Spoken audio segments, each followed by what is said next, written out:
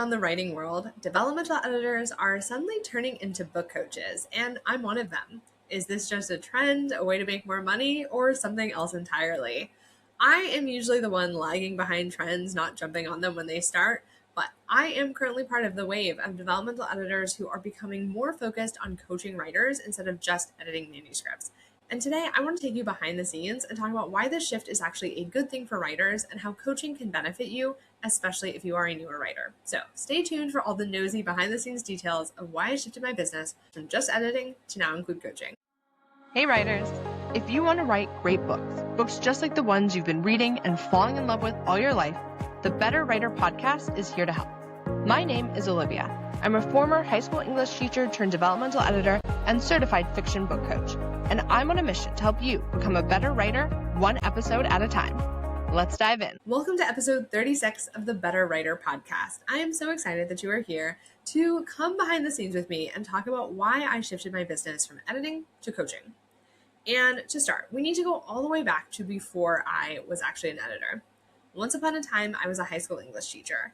And in my fourth year of teaching, two things happened. Number one, it was COVID. 2020, I was a fourth year teacher. It was really sad because I was on top of the world. It was the year that I finally felt like I knew what I was doing. And then the whole world shut down, including my school, and I was teaching online. And that is what really pushed me to start taking my fiction seriously for the first time, because I had more time. I was at home. I could log off of a Zoom class and I didn't have 10 kids asking me, when are you going to grade the homework I turned in late, or something like that. And so I started really seriously studying fiction. And I also moved from Connecticut to Rhode Island. Don't recommend in the middle of a pandemic, but it is what it is. And I got a new job. I started teaching at a school that gave me absolute curriculum flexibility. I could do whatever I wanted in the classroom, especially because we were all teaching online. I had a teaching partner who was super busy with really young kids, so I did all of the planning for our grade level. She was down with whatever I planned. And so I had a lot of freedom, and I decided to start bringing in elements of creative writing into my classes. I actually taught a creative writing elective. It was so much fun. And at the same time, I was going all in on writing fiction. And I mean, we had 30-minute breaks between classes because it was the pandemic. So I was writing every single second of them.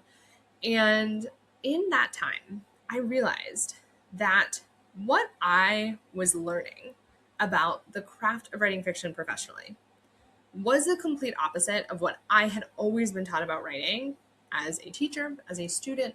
Everything that I had learned growing up that I was now bringing into my own classroom had nothing to do with what people were actually doing to write fiction as adults who wanted to get published and be successful. And I realized that what people do in writing classes as adults is unlearn all of the things they were taught about writing in high school. You unlearn this idea that writing is supposed to be solo. You unlearn this idea that revision consists of just looking for typos. You unlearn this idea that, there is one generic imaginary audience that we are writing to, and instead you start focusing on a target audience that is actually going to read your stuff. Everything that we do to write publishable fiction does not happen in classrooms. And so when we came back to school, masks on and everything, I completely revamped the way that I taught writing, and it worked. We started doing writing workshops. We would have writing projects that were weeks long instead of just, we do this for 2 days and you turn it in and never look at it again. And the biggest change that I made is that I started giving in-progress feedback. Every day that we were working on a writing project was a writing workshop. I was running around the classroom, snatching kids' Chromebooks and giving them feedback, or I was, at my little podium with every student's Google Doc open in a separate tab on my computer. And I was electronically circulating through every kid's document all the time. And I was leaving comments. I was conferencing with them. I was asking them questions every single day. And when I look back, I think that was the biggest game changer, because I was having conversations with students about their intentions, their goals. I was helping them brainstorm and troubleshoot and figure out how to make those goals come to life on the page. And I've talked before about my experiment with, giving students options to, either work as a pantser or a plotter. You can go back to those episodes where I talk about my grand experiment in giving kids the flexibility to choose different deadlines. And I think that part of it, letting kids work in the way that works best for them, definitely played a role in the success of this project. But I think that conferencing element, checking in with them all the time, giving a temporary in progress grade to say, this is how you would be scored if you turn this in today. Here's what we need to do to get to, the next letter grade. Obviously with adult writers, I don't grade you that way, but all of those things worked together to help my students grow as writers. Then after a few years, I, realized that I wanted to be working with writers full time. I did not want to be in the classroom anymore. And that is when I started editing. I've had absolutely fallen in love with teaching writing. And at that time, I saw developmental editing as the best way to work with writers, as the way to bring my passion into my full-time job. And I love editing. Editing is great. I have had clients go on to be amazingly successful. They have gotten book deals. They have gotten big book deals, book sell at auctions. I have had clients who self-publish who have sold thousands of copies of their books, which is incredible. And at the same time, that success was not necessarily universal. And I think part of that is just that publishing is subjective. It is not easy. There is an element of timing or luck or whatever. But I think the real differentiator is that some of my clients were coming to me with more experience as writers. They were able to take that feedback and fully implement it. They knew how to use the tools of fiction. And that meant that they could take my feedback and run with it and take that book from, 80% of the way there to 110% of the way there. But for someone who is starting out where their book is maybe only 25% of the way there, or 10%, or like is barely even drafted, it's a much bigger jump to make. And if you have not taken writing classes, if you don't have a ton of experience as a writer, it is going to be much, much harder to take an edit and then transform that into a plan for actually revising your story from beginning to end in a way that is going to be successful.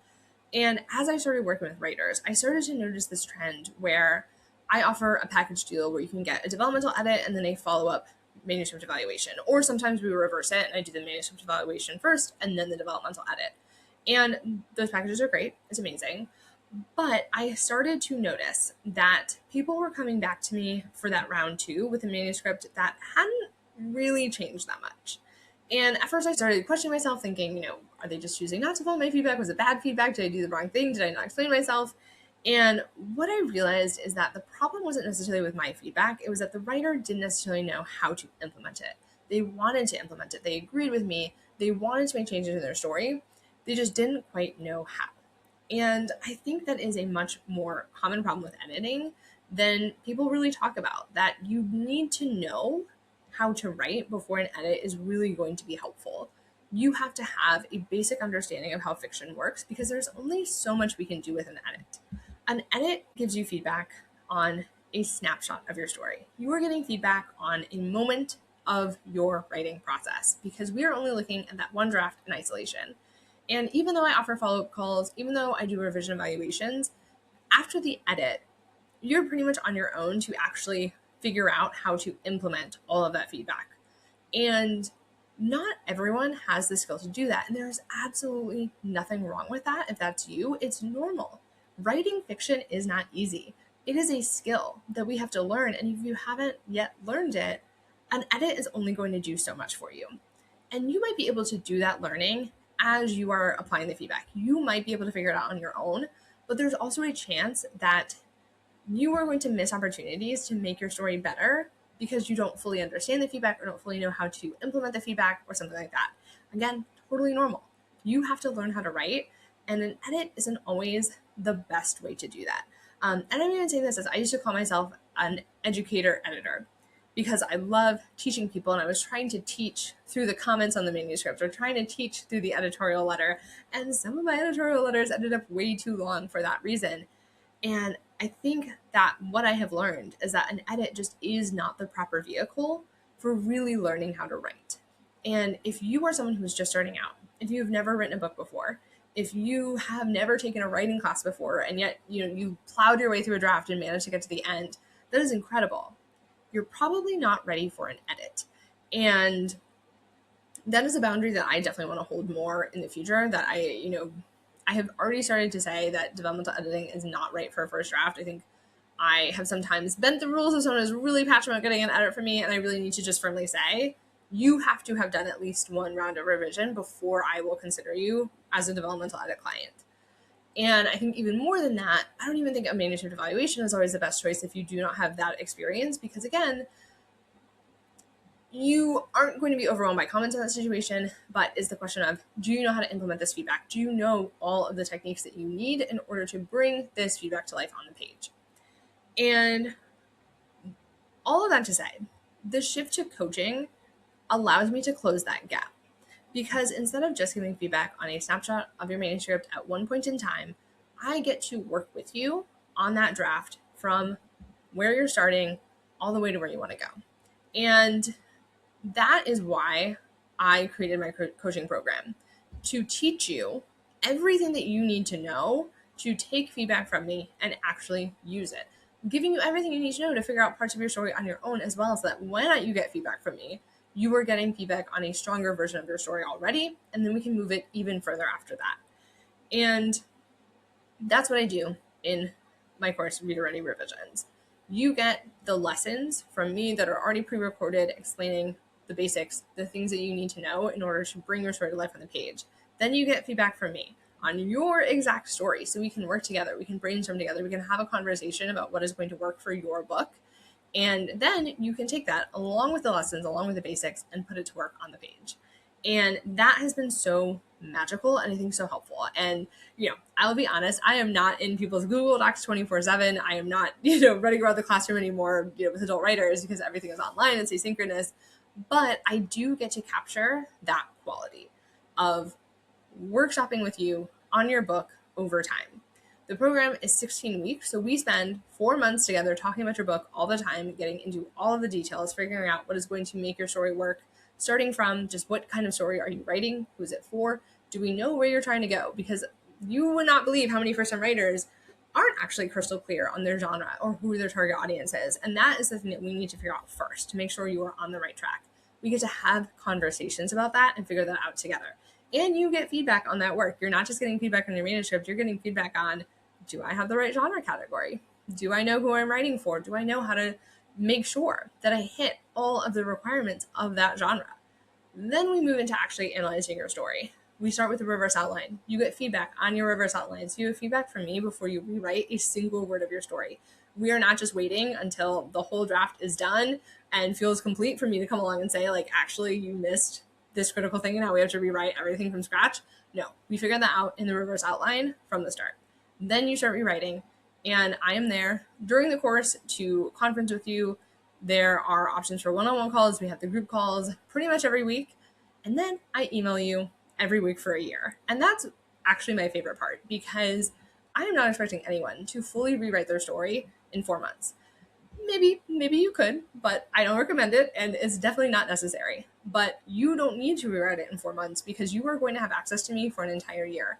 I will email you every Monday, and I answer every single response that I get with helpful advice. I will help you troubleshoot whatever comes up in your story for that year, because I am walking alongside you. Again, you're not just getting feedback on one moment in time.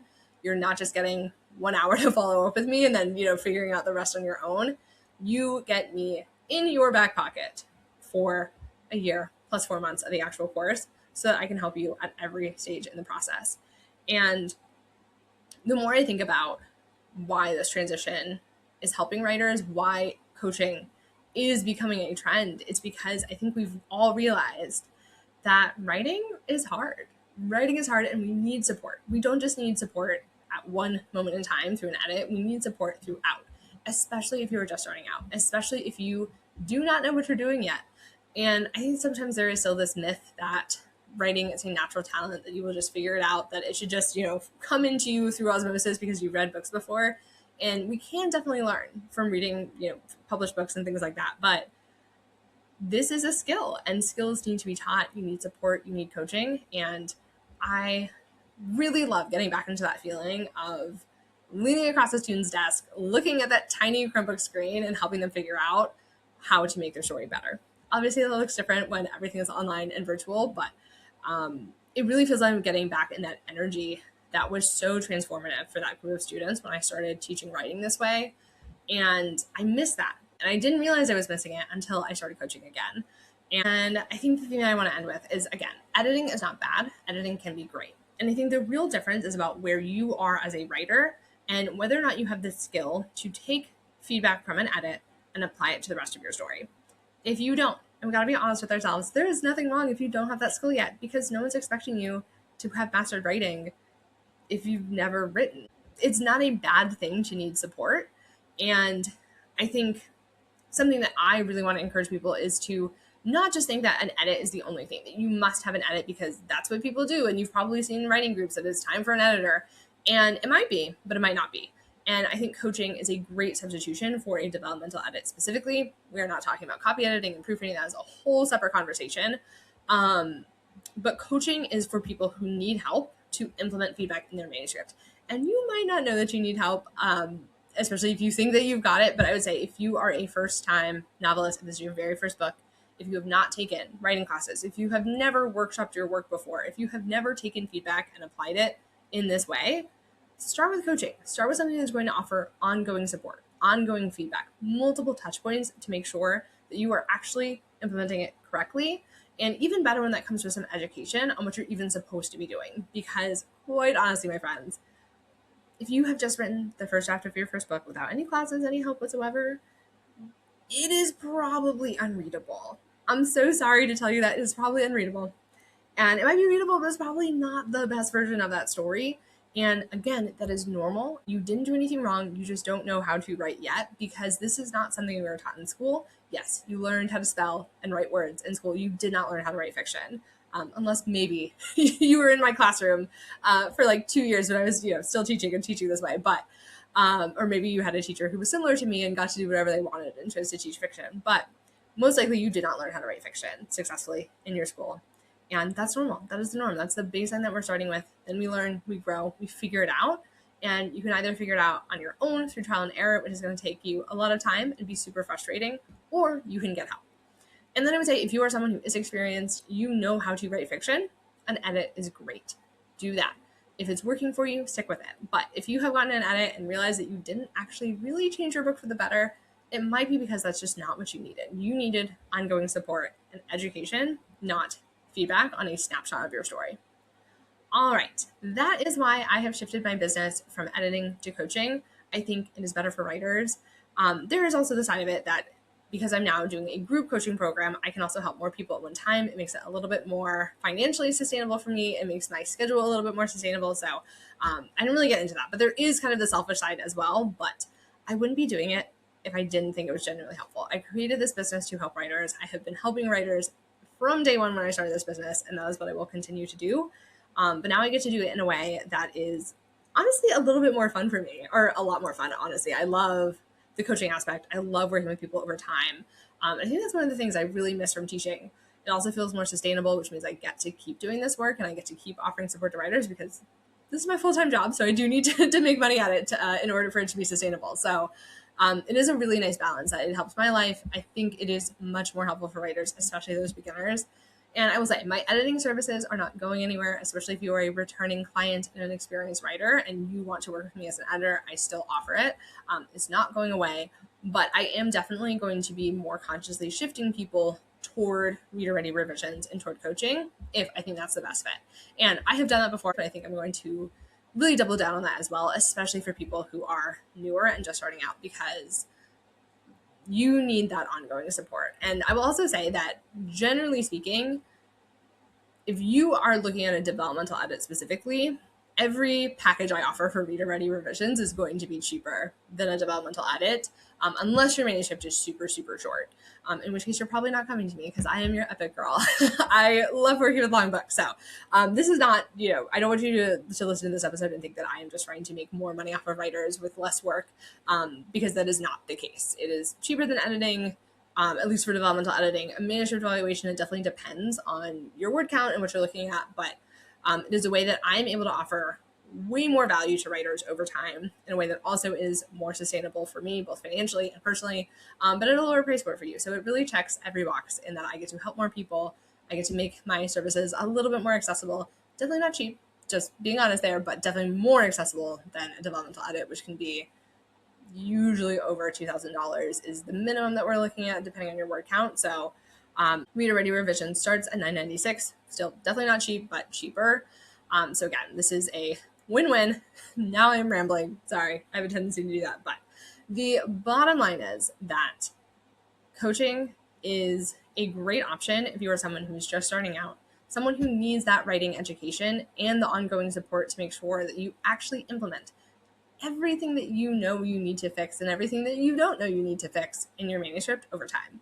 Editing, still a great option if you are experienced, if you know how to use feedback and know how to make your story better once someone points out the things that you couldn't see. Great, stick with that. But for most people, most writers, especially those just starting out, coaching is the way to go. Doesn't have to be with me, but I do think that having that support over time is a game changer and something that I really want to see more writers embracing, because I think the default right now is still editing, but I'm hoping that will change as people see the value of getting support for a longer period of time, support that meaningfully gets them to that goal of finishing their book. All right. Thank you so much for listening to another episode of the Better Writer podcast. If this episode resonated with you at all, or if you have a comment, something you want to share, please message me.